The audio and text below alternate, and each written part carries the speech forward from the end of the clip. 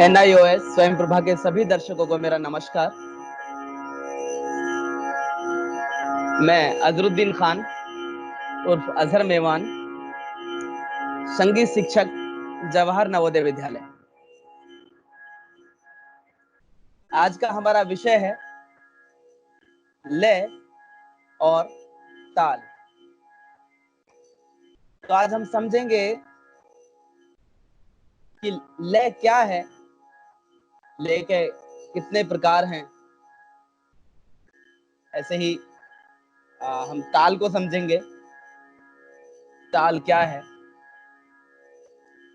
और ताल के जो पार्ट हैं जैसे सम, ताली, खाली, विभाग, इन सब चीजों को हम समझेंगे। और जो 9th to 12th जो काम में ज्यादा आती हैं तालें, जो सिलेबस के अकॉर्डिंग तालें हैं, वो उनमें से जैसे तीन ताल, कहरवा, दादरा, रूपक, इन तालों को मैं आपको प्रैक्टिकल करके बताऊंगा। इनमें कितने विभाग हैं, कितनी ताली हैं, कहाँ कहाँ पे खाली लगती है, खाली क्या है, ताली क्या है, इन सब चीजों पर हम चर्चा करेंगे। सबसे पहले हम बात करेंगे, मैं कोशिश करूंगा कि आम से आम भाषा में, मतलब बहुत आसान भाषा में सभी को समझ आ सके। संगीत के विद्यार्थियों के साथ साथ जितने लोग संगीत में इंटरेस्टेड हैं और टीवी स्क्रीन पे ये कार्यक्रम देख रहे हैं, सबसे पहले मैं बताना चाहूंगा, जैसे राग है, आप सब जानते हैं राग, आपने नाम सुना है। राग जिनसे कंपोजिशंस बनती हैं, बंदिशें बनती है, जिनमें हम अलग अलग धुनें बनाते हैं, गाते हैं, क्लासिकल गाते हैं, लाइट गाते हैं। तो राग का अपने आप में एक नेचर है, एक स्वभाव है। इसको ऐसे समझ सकते हैं कि इंसान का अपना अलग स्वभाव है, ऐसे ही हर राग का अपना अलग नेचर है, अलग स्वभाव है। राग में जैसे सुर का इस्तेमाल होता है, सुर लगते हैं, स्वर। स्वर को हम समझ सकते हैं इंसान का सांस। इस प्रकार इंसान को जिंदा रहने के लिए सांस की जरूरत है, ऐसे राग को जिंदा रखने के लिए सुर की जरूरत है। मैं बहुत आसान भाषा में बात करूंगा, सबको उम्मीद करूंगा समझ आ जाएगा। इसी प्रकार से मैंने जैसे बताया कि जिस प्रकार से राग में इंसान में जो सांस है, इसी प्रकार से हम राग में स्वर को समझ सकते हैं। राग का सांस है स्वर। अब एक आगे चीज आती है बीट।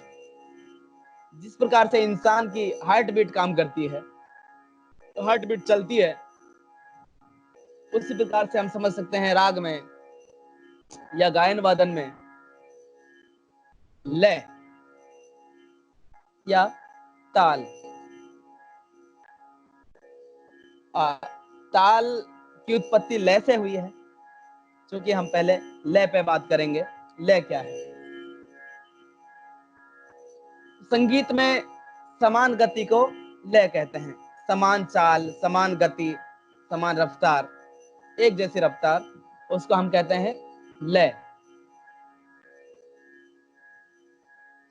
अब लय के अलग अलग प्रकार हो सकते हैं, कम लय, ज्यादा लय, और ज्यादा लय, उससे ज्यादा लय। आपको याद होगा, मैंने अलंकारों में एक चीज आपको बताई थी, जब मैं अलंकार आपको करा रहा था, कि कम लय में रियाज करना है, फिर उसको और थोड़ा बढ़ा के रियाज करना है, उसकी गति बढ़ानी है, फिर और ज्यादा गति बढ़ानी है उसकी। इस प्रकार से मैंने बताया, वो मैं लय का जिक्र आपको किया था। वही लय है। एक जैसी गति हो, शुरू में जो गति बन गई उसमें हम अभ्यास किया, उसके बाद थोड़ा करने के बाद और जो गति बना ली एक फिक्स, उस पर अभ्यास किया, वो लय है। एक जैसी गति, समान गति। तो लेके यूं तो मुख्य रूप से 3 भागों में इसको बांट सकते हैं। जैसे विलंबित लय। विलंबित लय का मतलब है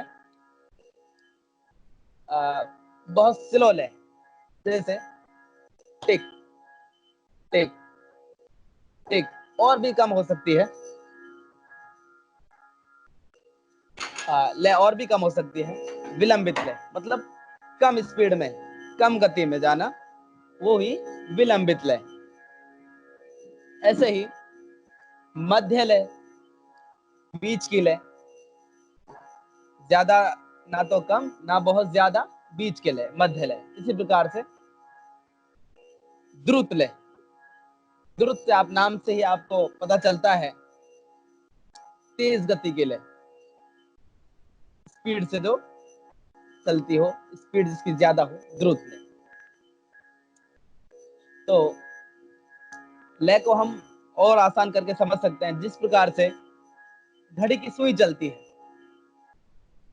आप देखेंगे बराबर की लय में चलती है, बराबर की उसकी गति है, कहीं कम कहीं ज्यादा, कहीं कम कहीं ज्यादा चलेगी तो टाइम सही नहीं बताएगी। तो लय का समान गति का होना बहुत जरूरी है। संगीत में समान गति को, समान चाल को लय कहते हैं।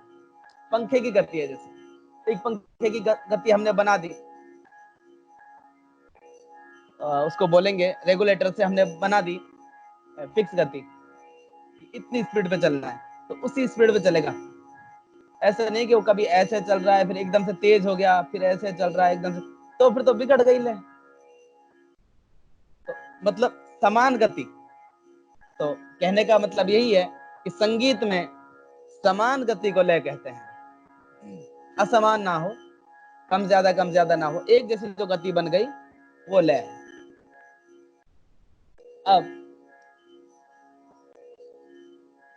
अब बात आती है ताल की। ताल क्या है? ताल पे हम चर्चा करेंगे। ताल का मतलब है तोलना, किसी चीज को मापना। जिस प्रकार से हम दूध मापने के लिए लीटर का इस्तेमाल करते हैं, हाँ, और जिस प्रकार से और के शॉप पे, परचूनी के शॉप पे हम तोलने के लिए किसी सामान को तराजू का इस्तेमाल करते हैं, इसी प्रकार से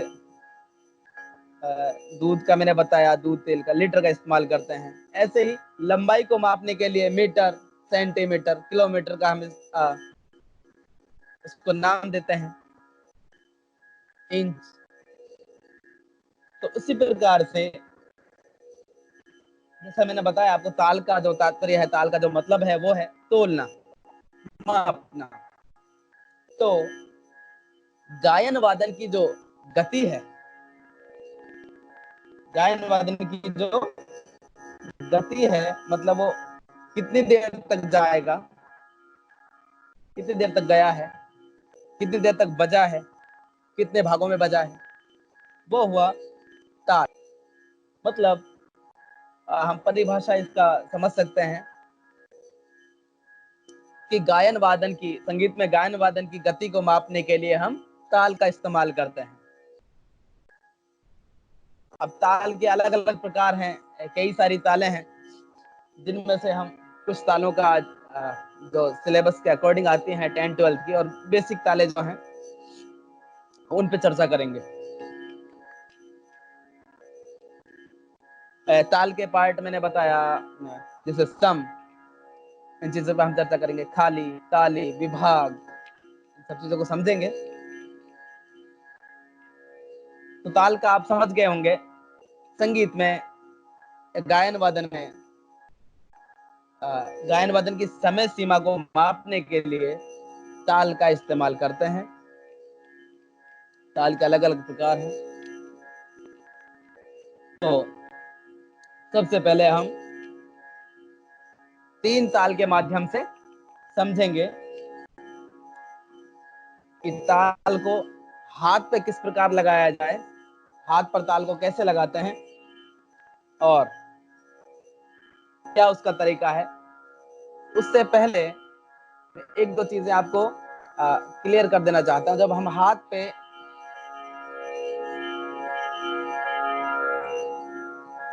पे ताल लगाएंगे, इस प्रकार से हम ताल लगाते हैं, तो हमें पूरा हाथ नहीं ले जाना है, इस प्रकार से नहीं ले जाना है, बस ये गट्टा जाना चाहिए। इस प्रकार से हम ताल को मापेंगे। ताल लगाने के अलग अलग तरीके हो सकते हैं। कई लोग इधर से लगाते हैं, इधर से लगाते हैं। ये जरूरी नहीं है कि जो मैं बता रहा हूँ ये फिक्स है। हाँ, लेकिन ये सही है। आप इस प्रकार से ताल को लगा सकते हैं, इधर की साइड ऐसे काउंट कर सकते हैं। आप जैसे देखेंगे क्लासिकल की बंदिशों में रागदारी जब गाते हैं, या बॉलीवुड की कोई चीज आपने मैं उदाहरण सहित आपको बता रहा हूँ, कोई सुनते हैं तो उसमें गायन के साथ कोई इंस्ट्रूमेंट बजते हैं, एक कोई रिदम बजता है, वही ताल है। तो बॉलीवुड में आम तालें जैसे कहरवा, दादरा मुख्य रूप से प्रयोग होती हैं। क्लासिकल में 3 ताल, चौताल, तिलवाड़ा, इस प्रकार से तालें इस्तेमाल होती हैं। रूपक में भी ख्याल गाते हैं, बड़े ख्याल गाते हैं। तो हम 3 ताल के माध्यम से समझेंगे कि ताल को हाथ पे किस प्रकार लगाया जाए। अब 3 ताल क्या है वो आपको मैं बताता हूँ। स्क्रीन शेयर करेंगे।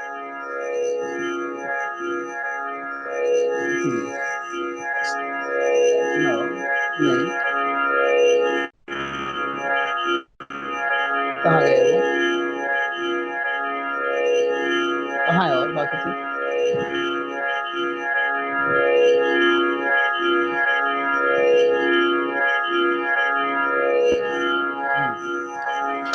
तीन ताल आपकी स्क्रीन पे आप देख सकते हैं। 3 ताल आपको दिखा देगा। हर ताल में हर जो ताल है वो अलग अलग मात्रा की ताल हो सकती है। जैसे 3 ताल 16 मात्रा की ताल है। तो और आसान समझने के लिए हम इसको छंद के रूप में समझ सकते हैं। 16 मात्रा का छंद हुआ जो 4 भागों में विभक्त है, विभाजित है, डिवाइड है। 3 भागों में नहीं सॉरी 4 भागों में आप देखेंगे।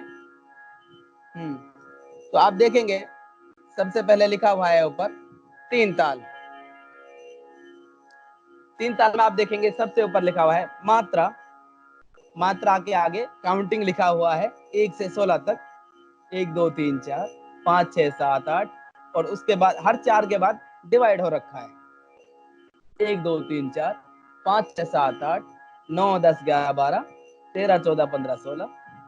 उसके बाद मात्रा के जस्ट बाद आप देखेंगे नीचे आएगा बोल। उसके नीचे ताल का जो शब्द है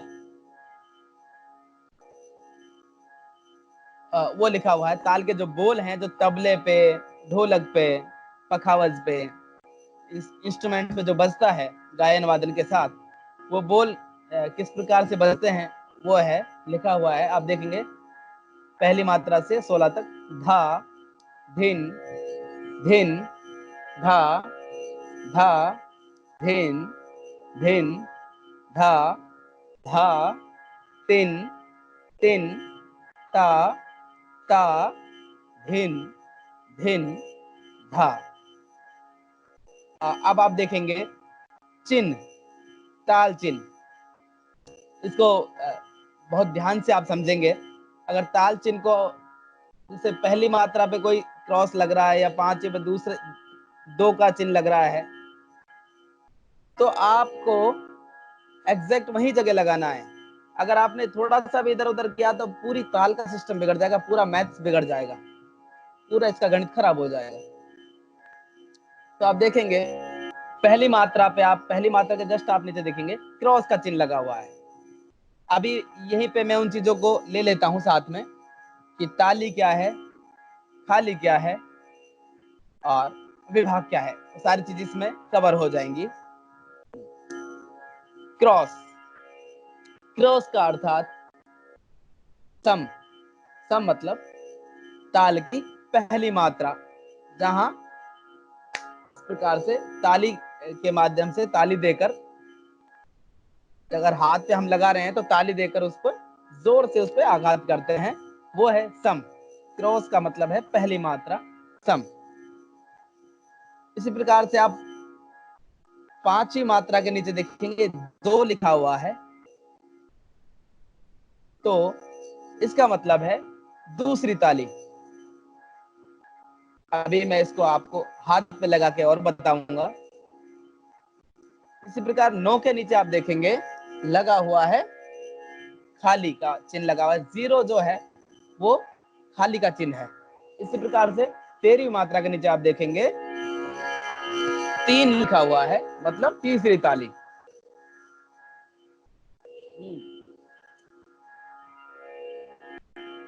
नीचे इसका विवरण लिखा हुआ है। विवरण में मात्रा 16, विभाग, विभाग मतलब इसके जो पार्ट हैं 1 2 3 4, 4 विभागों में ये बटी हुई है, डिवाइड है, तो विभाग हुए 4। ताली हुई, इसमें कितनी ताली हुई आप देखेंगे 3 ताली हैं। एक तो पहली मात्रा पे है, दूसरी ताली जो है 5वीं मात्रा पे है, और तीसरी ताली जो है वो 13वीं मात्रा पर है। उसके बाद लिखा हुआ है खाली, तो इसमें एक खाली है। खाली को हम समझेंगे 0 का जहां चिन्ह लगेगा, 0 जहां लगेगा उसका मतलब है खाली, वहां पे ताली नहीं दी जाएगी और वो खाली उसको बोला जाएगा। तो 9वीं मात्रा पे आप देखेंगे खाली है, तो अब आप इसको हाथ पे लगाकर, आपने नोट भी कर लिया होगा और आप इसको जल्द से नोट कर लें। मैं एक बार फिर से रिपीट कर रहा हूँ। मात्रा 1 2 3 4 5 6 7 8 9 10 11 12 13 14 15 16, इसी प्रकार से उसके बोल लिखे हुए हैं। धा धिन धिन धा धा धिन धिन धा धा तिन तिन ता ता धिन धिन धा, और उसके नीचे ताल चिन्ह लगा हुआ है। तो सारी चीजें इसमें कवर हो गई हैं हमारी, विभाग, ताल चिन्ह, खाली और ताली। 16 मात्रा की ताल 3 ताल, तो तबले पे बजाते हैं या उसको आप हाथ पे लगाते हैं, तो साथ के साथ तबले की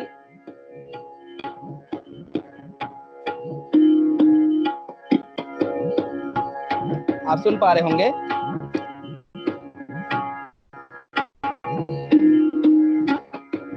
और उसका टेम्पो कम कर देंगे समझने के लिए।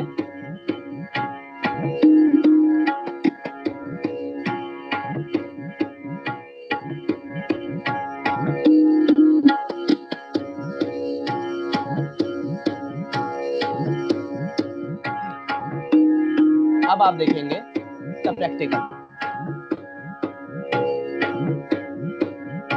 जैसा कि मैंने आपको बताया, स्क्रीन पे आपने देखा 16 मात्रा की ताल है,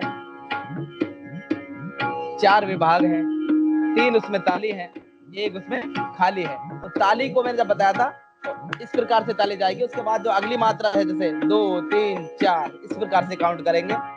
फिर जैसे दूसरी ताली है तो फिर दूसरी ताली आएगी, फिर इस प्रकार से उसको हम काउंट करेंगे। फिर जहां 9वीं मात्रा पे खाली थी तो खाली को हम खाली दिखाते हैं, इधर की तरफ हम दिखाते हैं, मतलब खाली। और खाली के बाद जो मात्रा चलती है जैसे 9 10 11 12 जो चलेंगी उसको ये। उसके बाद 13वीं मात्रा पे जब ताली है तीसरी तो 13, 14, 15, 16 इस प्रकार से करेंगे। अब देखेंगे हम तबले के साथ इसका अभ्यास करके देखेंगे।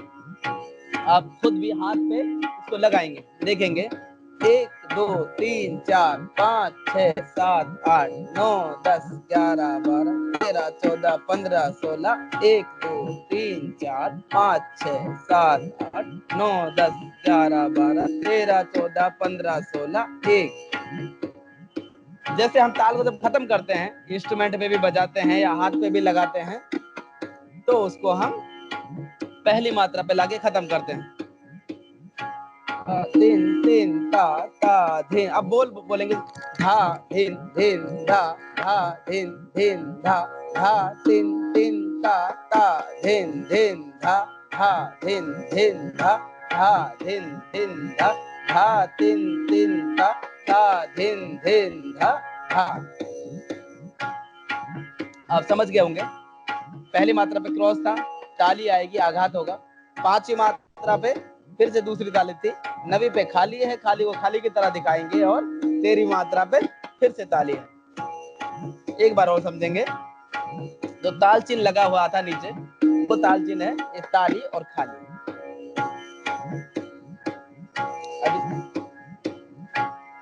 अब 1 से शुरू करेंगे। 1 6 7 8 9 10 11 12 13 14। शुरू से काम करेंगे। धा धिन धिन धा धा तिन तिन ता ता धिन धिन।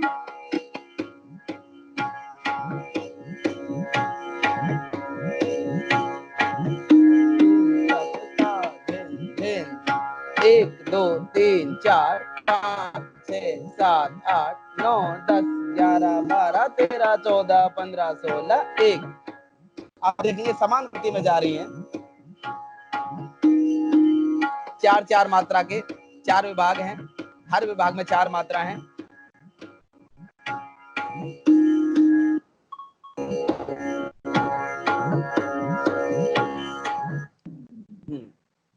तो आपने समझा। फिर से एक बार मैं 3 ताल आपको लगा के बता देता हूं।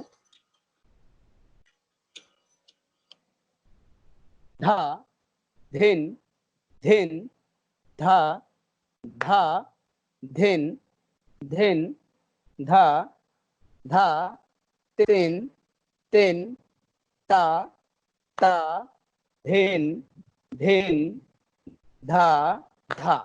जैसे मैंने आपको बताया, पहली मात्रा पे हम उसको खत्म करते हैं। अभी हम 2 मिनट का ब्रेक लेंगे, उसके बाद हम वापस से हाजिर होंगे। आप सबसे आगे चर्चा करेंगे अगली तालों पर, जैसे कहरवा, दादरा, रूपक, इन सब तालों पे हम आगे चर्चा करेंगे। 2 मिनट का ब्रेक लेंगे अभी।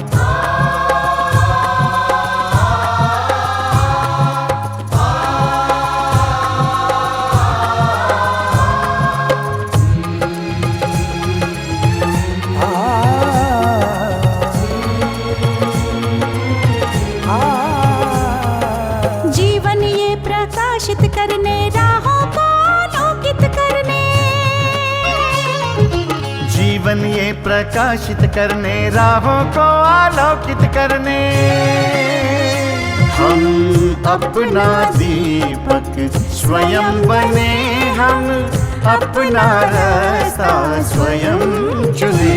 हम अपना दीपक स्वयं बने, हम अपना रास्ता स्वयं चुने। जीवन ये प्रकाशित करने, राहों को आलोकित करने।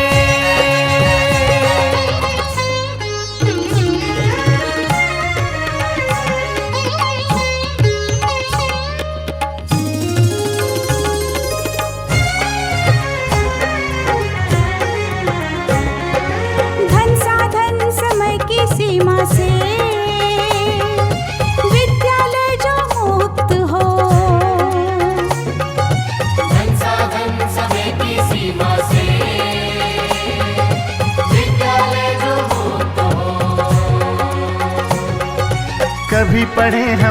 कहीं पढ़े वे विषय की लोच से युक्त हो। कभी पढ़े हम कहीं पढ़े वे विषय की लोच से युक्त हो।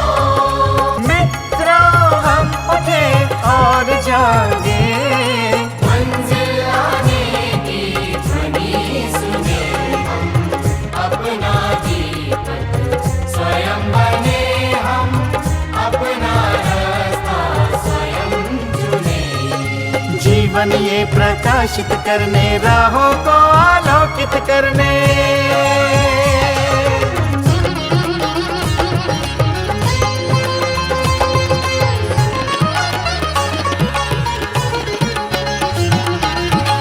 राष्ट्रीय मुक्त विद्यालय का है द्वार खुला सबकी खातिर।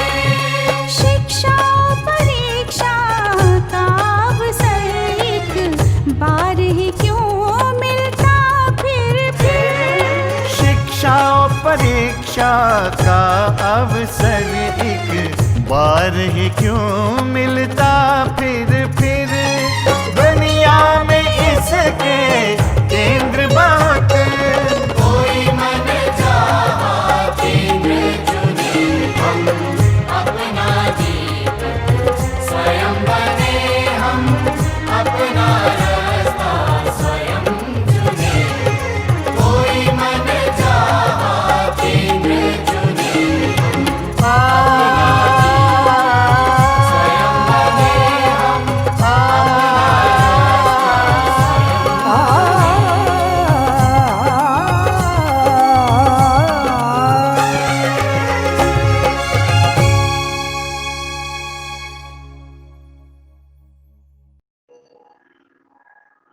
कि अन ताल में कहरवा में इसको हम समझ में आपको समझने में आसानी होगी। तो ताल कहरवा 8 मात्रा की ताल है। इस प्रकार मैंने 3 ताल में आपको बताया कि 16 मात्रा की ताल है, 4 विभाग हैं, 3 खाली है, ताली है, सॉरी 1 खाली है। उसी प्रकार से कहरवा एक ताल है जो बॉलीवुड में भी बहुत ज्यादा उसका प्रयोग किया जाता है। उसका 2 भागों में वो विभाजित है, 2 उसके पार्ट हैं, 1 2 3 4। इसके बाद उसका वजन है 1 2 3 4, मतलब ताल हुई 1 2 3 4 5 6 7 8। इस प्रकार से उसको हम हाथ में लगा के देखेंगे, 1 2 3 4 5 6 7 8। और जिस प्रकार से मैंने बताया कि पहली मात्रा पे हमेशा खत्म करेंगे, जब भी ताल का खत्म करेंगे तो पहली मात्रा पे आके उसको खत्म करेंगे। तो 1 2 3 4 5 6 7 8 1। मैं आपको स्क्रीन पे लाके भी उसको एक बार दिखाना चाहूंगा, इसको आपको समझने में आसानी होगी। अभी आप देख पाएंगे ताल है कहरवा,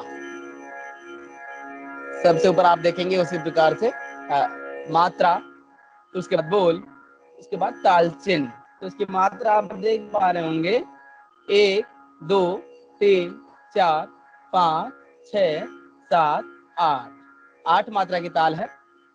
इसके बोल हैं धा गे ना ती न क धी न, और फिर से पहली मात्रा पर खत्म कर देंगे धा। तो इसका ताल चिन्ह जो है वो आप देखेंगे, पहली मात्रा पे क्रॉस है, मतलब सम है, पहली ताली है, और 5वीं मात्रा पे खाली है। इसका विवरण एक बार देख लेंगे। मात्रा 8, कुल मात्रा 8, इसके जो पार्ट हैं, विभाग हैं 2, ताली है 1। तो प्रथम मात्रा पे आप देखेंगे 1 ताली है, क्रॉस है, खाली है 1। 5वीं मात्रा पे आप देख पाएंगे 0 अर्थात खाली। तो अब हम इसको हाथ पे लगा के इसका प्रैक्टिकल करेंगे। तो हम देखेंगे 1 2 7 8 1। खाली का मैंने आपको बताया हमेशा इधर की तरफ जाएगी, ना कि हाथ पे इधर नहीं आए, इधर आएगी।